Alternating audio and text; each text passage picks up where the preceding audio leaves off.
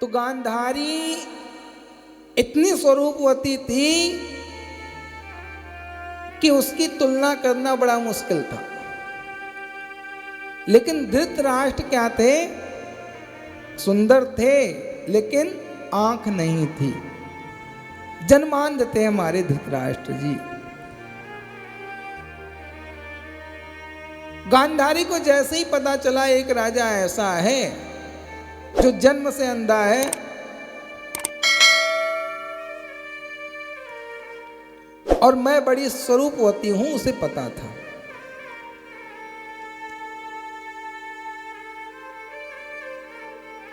लेकिन जब पाणी ग्रहण की बात आई, पहले कन्याएं ही वर्ण करती थी वर का।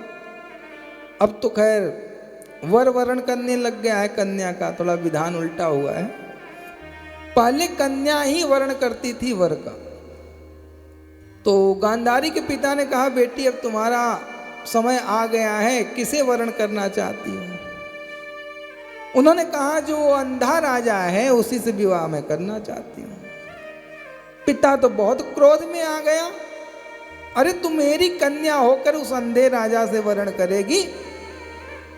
क्योंकि उन्हें पता है मेरी कन्या तो बड़ी सुंदर है महाराज, इसे तो अच्छा कोई सुंदर ही वर मिलेगा। लेकिन धृतराष्ट्र तो अंधे हैं। अब पूरी सुंदरता कहाँ खत्म हो जाती है? कोई भी आपके अंदर कुछ अवगुण हो जाए, अब दोनों आंख खराब है तो सुंदरता खत्म हो गई। बहुत समझाया लेकिन गांधारी मानी नहीं कि मैं अगर वर्ण करूंगा तो धृतराष्ट्र का ही करूंगा, अन्यथा मैं किसी और का वर्ण नहीं करूंगा।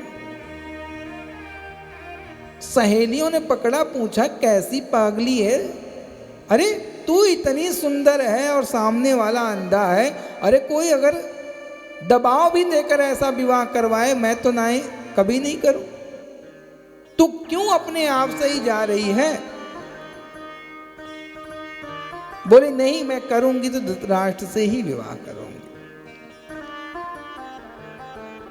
एक सखी बहुत खास थी, उसने अकेले पूछा, ये बता क्यों करना चाहते धृतराष्ट्र से, क्या है धृतराष्ट्र? बोली मैं जानती हूं सखी कि वो अंधा है। बोली तो?